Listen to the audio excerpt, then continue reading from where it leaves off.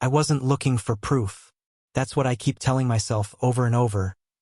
Like maybe if I repeat it enough times, it'll mean I'm not the kind of guy who snoops through his wife's things. But I wasn't. I wasn't suspicious that day.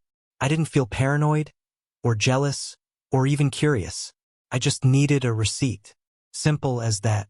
Sarah had mentioned that her company might reimburse part of her recent hotel stay, some leadership seminar out of town. She said she'd send me the receipt to submit with our taxes, but 2 weeks passed and nothing showed up. She was busy, I figured. I offered to grab it myself. "Tablets on the counter," she called from upstairs. "It's probably in my inbox somewhere." That's how it started. The screen was still on when I picked it up. No lock, no password. I figured I'd open the email app and search hotel. Done in a minute. But the screen blinked to life on a message thread. Text messages. It had been the last thing she opened. At the top it said Alex. That stopped me for a second. The name felt familiar but distant. Not someone I knew. Not a friend I could place. Not a coworker I'd heard her mention more than once. I told myself I was just going to swipe away the chat and open email like I'd planned. But before I could, a single line caught my eye. It was sitting right there, plain as day. "I can't wait to fall asleep next to you again." It didn't compute. Not at first. It was like my brain read the words but didn't file them under the right category. Fall asleep next to you again? Who talks to their coworker like that? I stared at the screen, trying to convince myself it was innocent.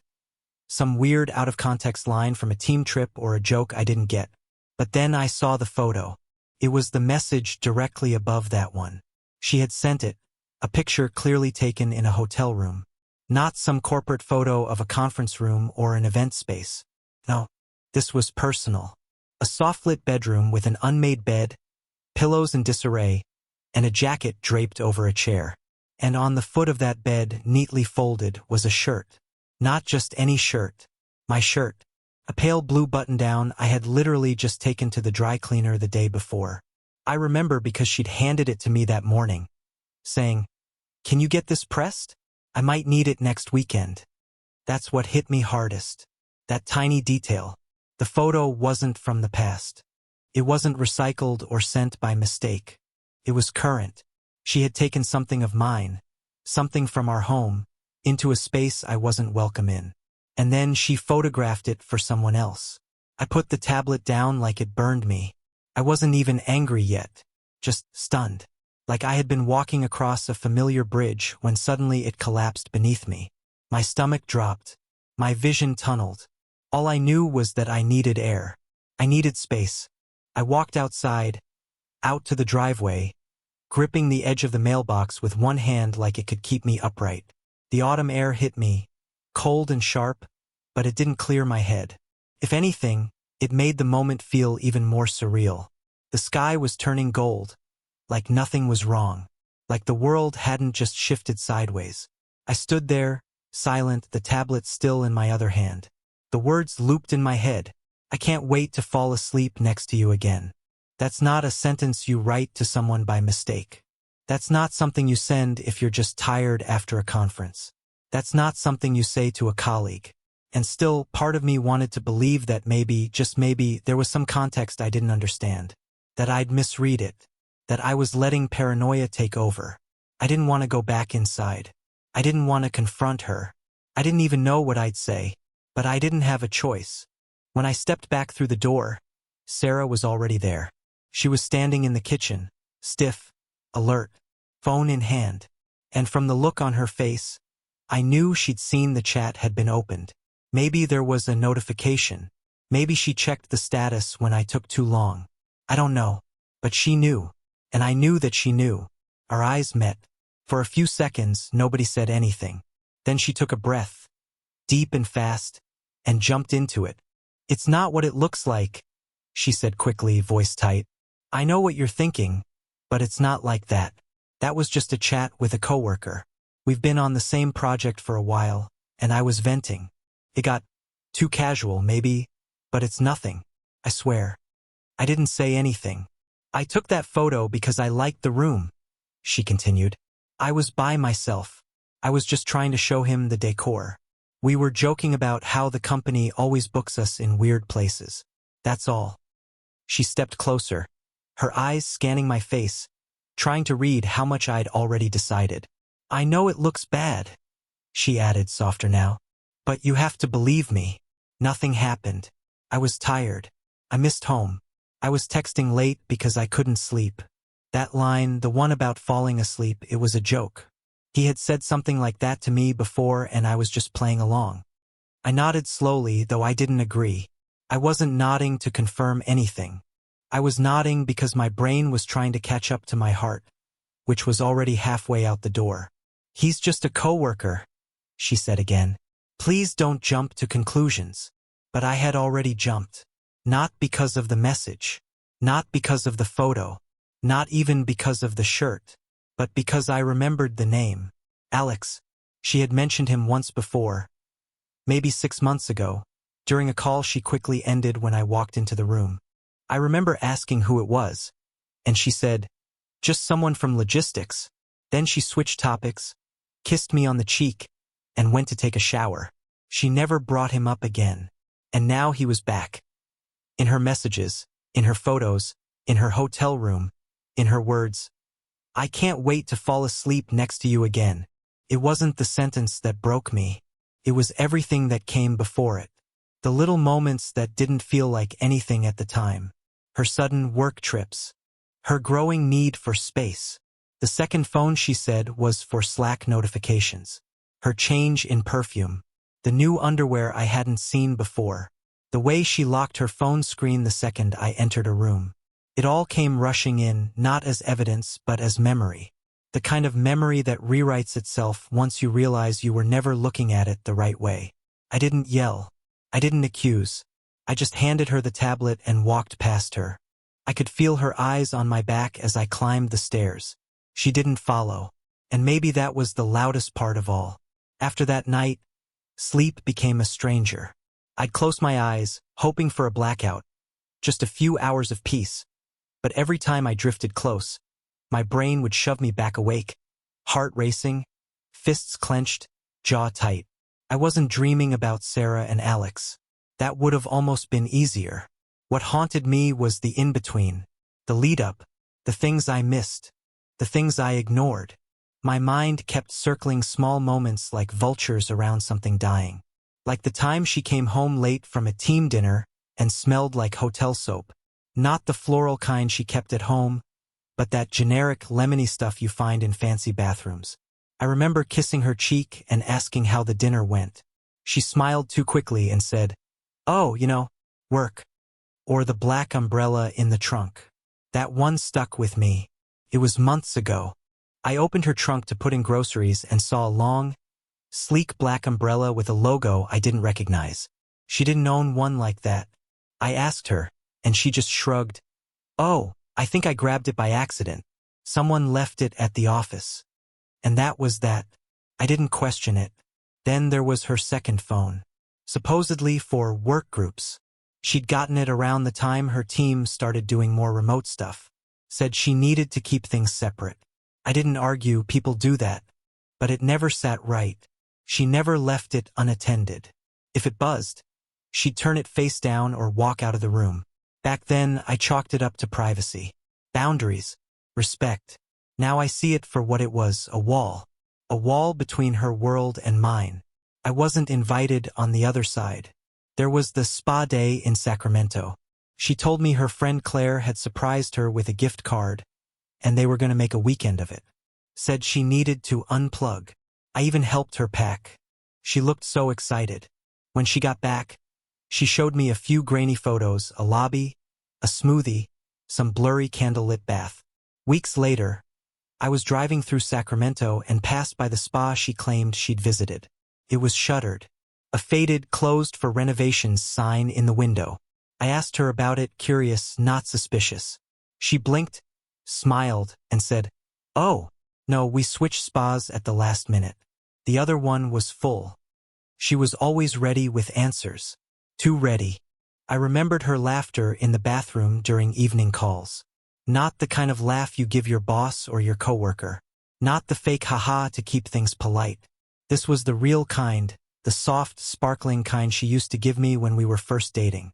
I'd knock on the door and she'd say, "One SSC," then flush the toilet like she needed to prove she'd just been using the bathroom. She always came out quickly, like she was afraid of leaving me alone with her phone. I remembered how she got irritated when I opened our shared photo gallery. We'd been using a joint app for years, a place to dump photos from trips, house stuff, memories. But she stopped uploading. Whenever I opened it, even just to find an old picture of us, she'd lean over my shoulder and say, "You're so nostalgic," like it was something to be embarrassed about. I remembered her new habit, solo weekends. That started last spring. She said she needed space. At first it was cute. A night at a cabin with a book and wine, a yoga retreat, a quiet Airbnb to journal. "You should do it too," she'd say, as if she were encouraging me to take care of myself. So I did. I took a weekend in the mountains once. Hiked, cleared my head. When I came back, she didn't ask a single question about it. That was the difference. I always wanted to know where she went, what she saw, who she talked to. She never asked. And when I think back, it wasn't like the affair came out of nowhere. No, it was a slow erosion. 100 small choices stacked on top of each other until they built a second life. She wasn't just cheating on me. She was building around me, creating a version of herself I wasn't part of. And I let her. That was the part that kept me up at night. Not the betrayal itself, but how many chances I gave her to tell me the truth. To stop. To say something real. Instead, she gave me gestures. Smiles. Empty affection. Like the time she bought me a watch for my birthday. A nice one. Wrapped in silver paper with a handwritten note that said, "To more time together." I wore it every day. I didn't realize until later that it was also the week she had sent Alex a message that said, "Counting down the days." I know because I eventually saw it. But that comes later. For now, I was still stuck in this strange middle place, where the dam hadn't fully broken, but the water was already flooding in. I'd seen just enough to suspect everything. She noticed. Of course she noticed. I wasn't subtle.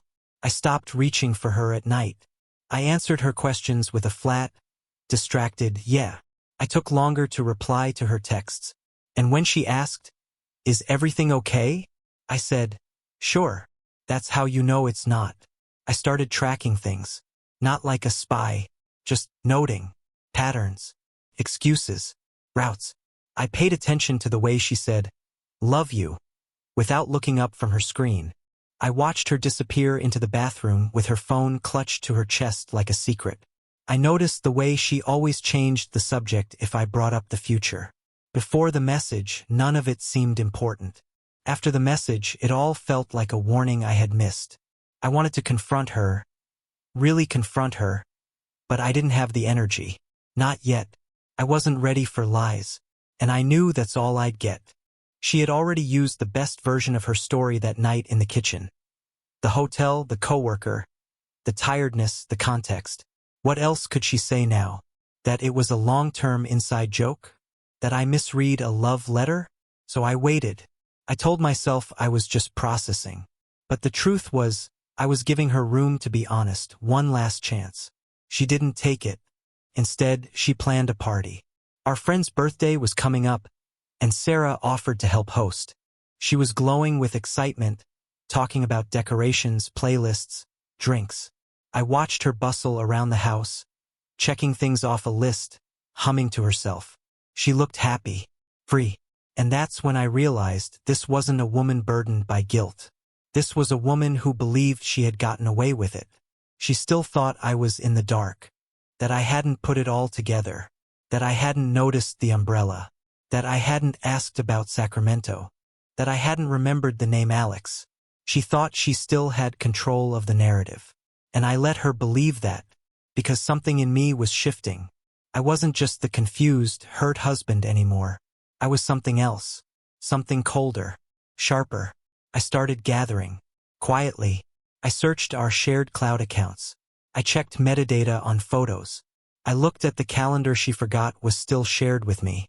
I didn't know exactly what I was looking for, but I knew I'd find it, and I did. But that comes later.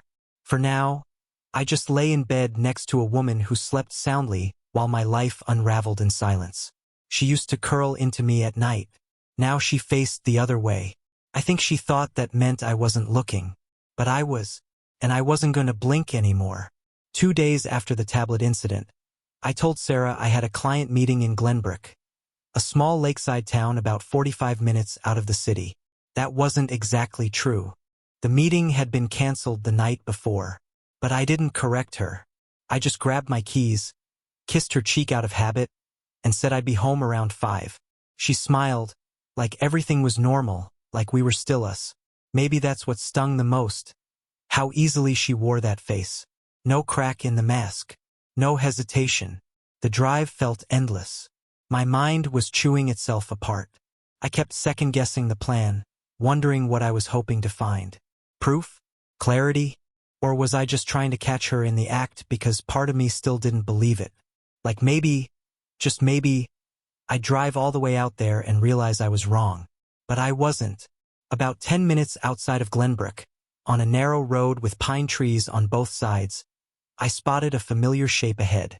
A white sedan. Same cracked right headlight. Same custom frame around the plate. A gift I got her years ago. Drive safe. I love you. I hadn't seen it in weeks. She said she'd left the car at the office garage for repairs. It was parked in front of a lakefront cottage. Small. Private. No neighbors close by. Looked like a rental. One of those weekend getaways people use to unplug. There was a car parked beside hers. I didn't recognize it. I drove past, turned around down the road, parked a few houses down behind a line of trees and waited. 15 minutes later, the front door opened. Sarah stepped out. Not alone. A man followed behind her, tall, broad shoulders, beard. He looked comfortable, not nervous. He wasn't glancing around like someone hiding a secret. He looked like a man who belonged there, like he did this every week. And then she did something I hadn't seen her do in months. She smiled. A real one. Eyes soft, shoulders relaxed. She didn't smile at me like that anymore. He wrapped his arm around her waist.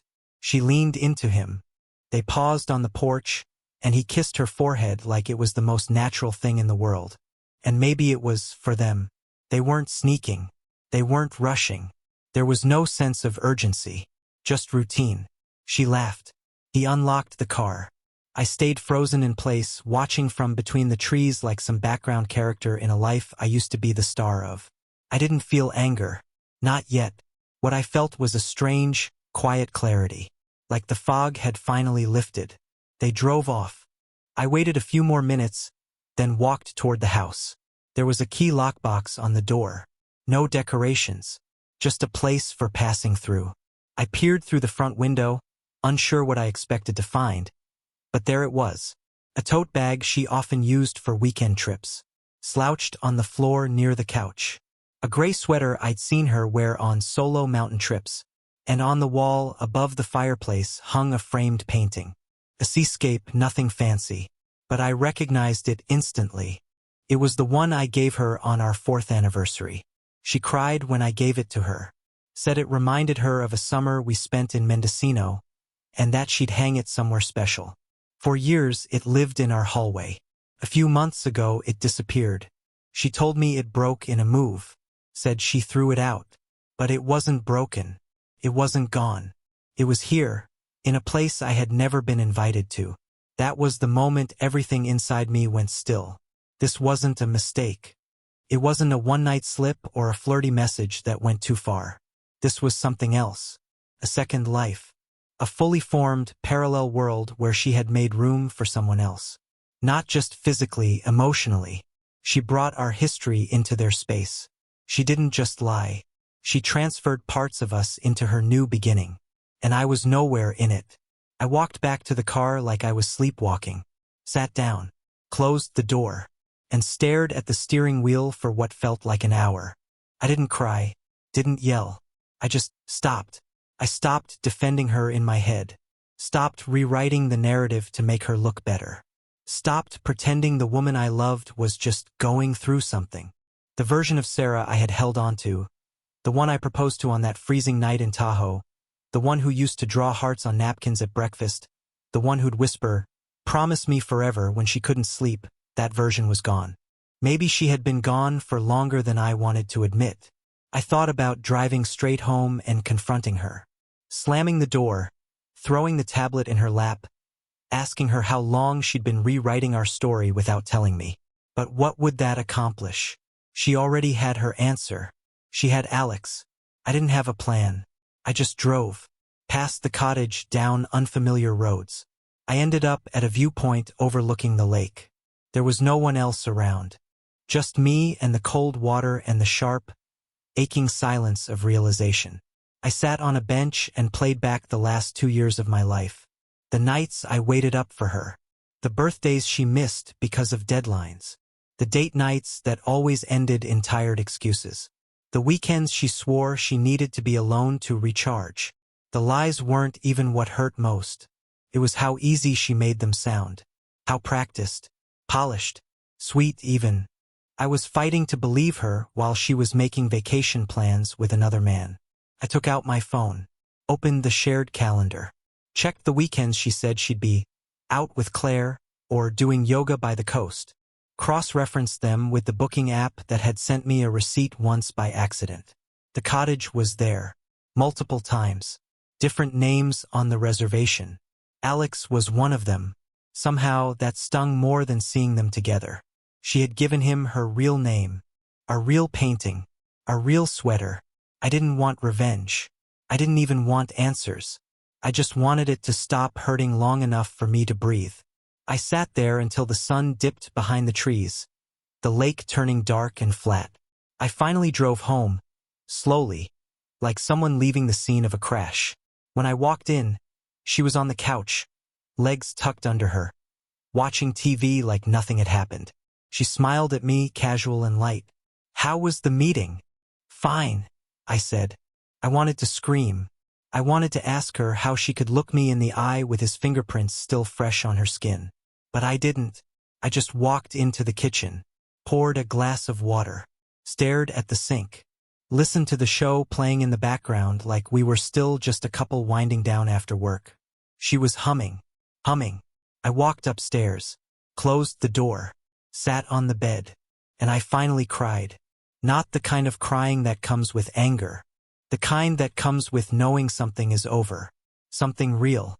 Something you built with your bare hands, brick by brick, thinking it would last forever. I didn't sleep that night either. But this time it wasn't from confusion. It was because I knew.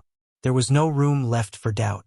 And maybe, in some quiet, tragic way, that clarity was the beginning of healing. Or at least the beginning of the end. The party was loud. Too loud for the way my chest felt. Hollow, stretched thin, like everything inside had already been scooped out. Sarah moved through the room like nothing had changed. She laughed easily, touched people's arms when she spoke, told stories I'd heard before but now noticed were missing me from them. I stayed close enough to be seen, far enough not to be involved.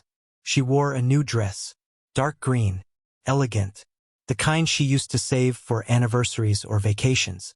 When someone complimented her, she smiled and said, "I needed something fresh." I wondered who she'd actually bought it for. She drank, but not too much. She danced, but never with me. She kept checking her phone. Quick glances, subtle movements. The kind you don't notice unless you're looking for them. I noticed every single one. When we finally left, she was buoyant, light, almost giddy. "That was fun," she said in the car. "We should do things like that more often." I nodded. My voice felt buried somewhere too deep to reach. At home, she kicked off her heels and wandered into the bedroom, humming again, that same soft, careless sound.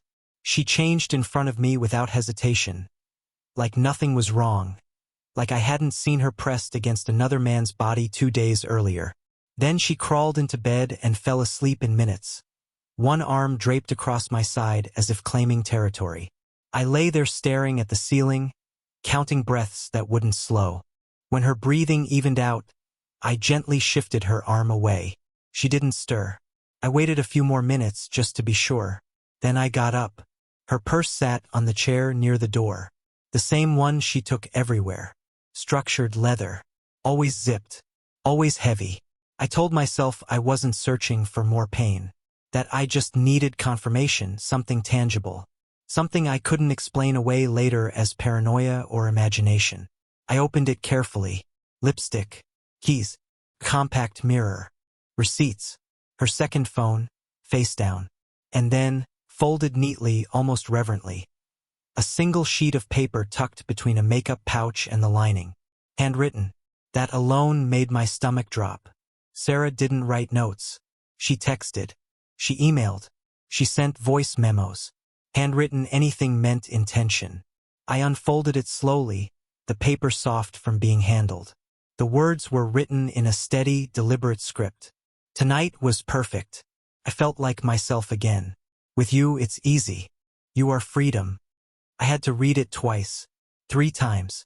There was a date at the bottom. Yesterday. And beneath that, one word. Alex.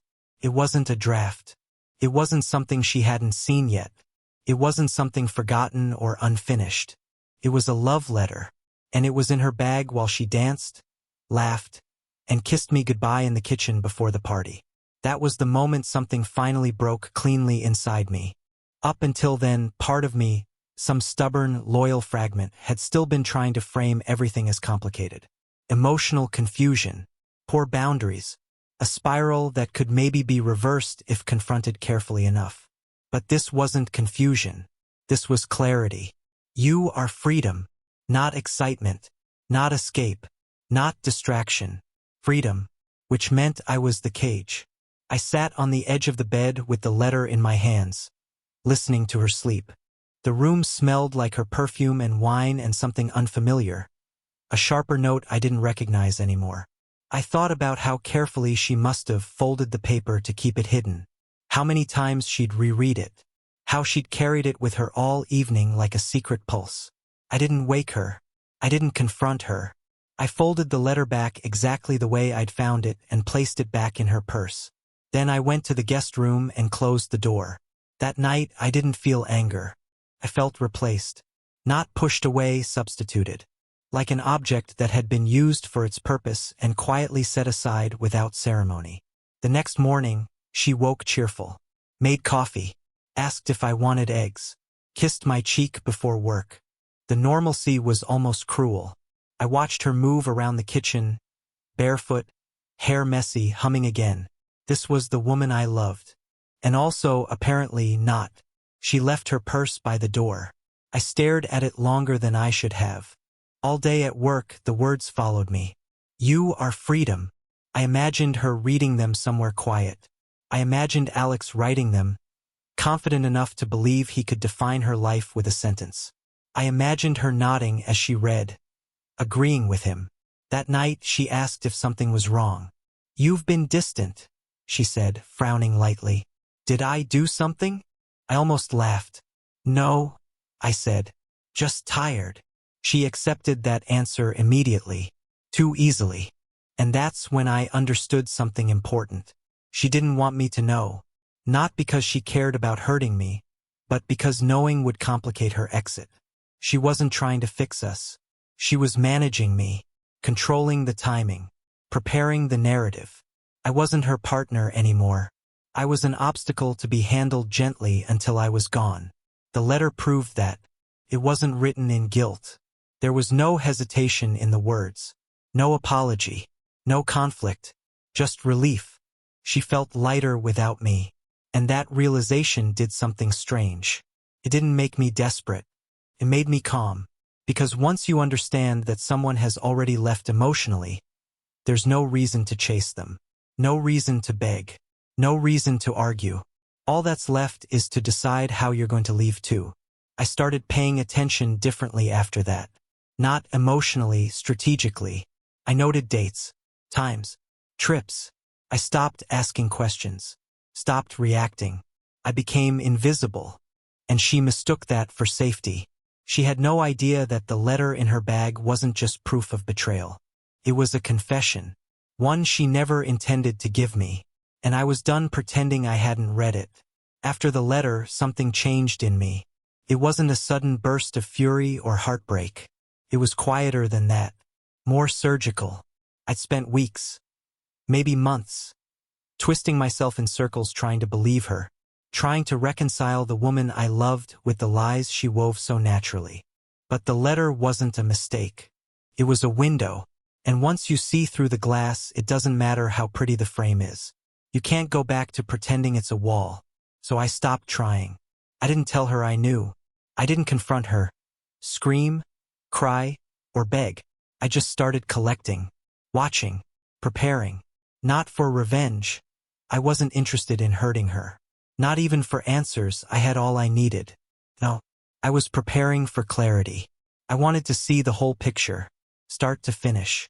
The truth behind the script she had been performing so convincingly. It started with her cloud. Sarah had set up a shared photo archive a few years ago, a place to sync pictures automatically between our devices. She forgot that I still had access. It hadn't been used in a while. Not since she got her second phone, the so-called work phone that never left her side. But the second phone backed up too. I guess she never thought I'd check.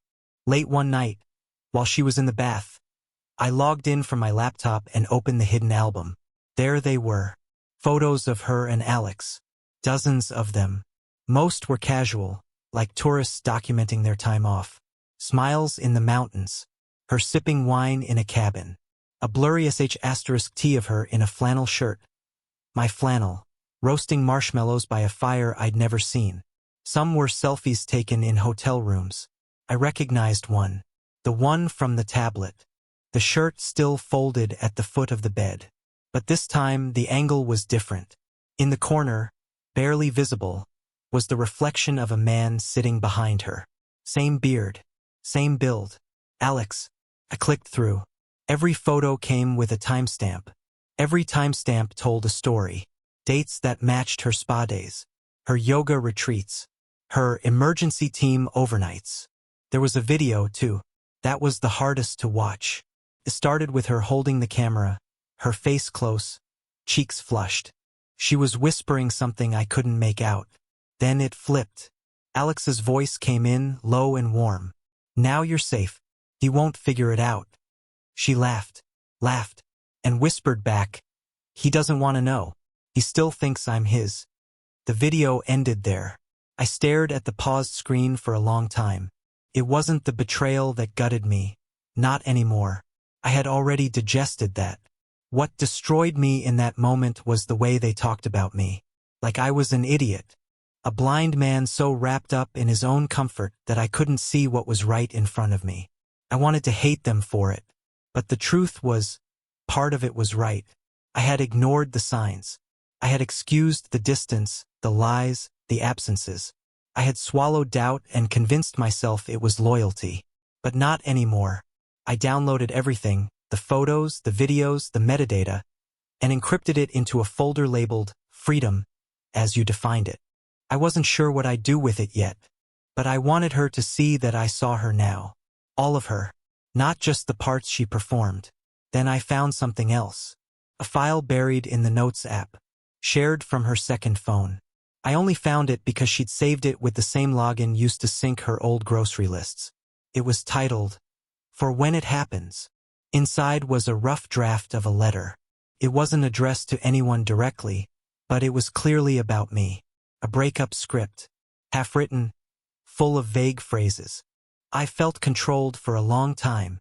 This isn't healthy for either of us. I need to find myself again. You've become emotionally unpredictable. It read like a monologue written to frame the ending, not just as her leaving, but as her escaping. I read it again, then again, and it hit me. This wasn't just an affair. It was an exit strategy. She was laying groundwork to make me look like the problem. To tell our friends, our families, that I had been unstable, distant, maybe even manipulative. That she was the one who finally had the strength to walk away. I could see it now clearly. The future headline she was writing for her next chapter.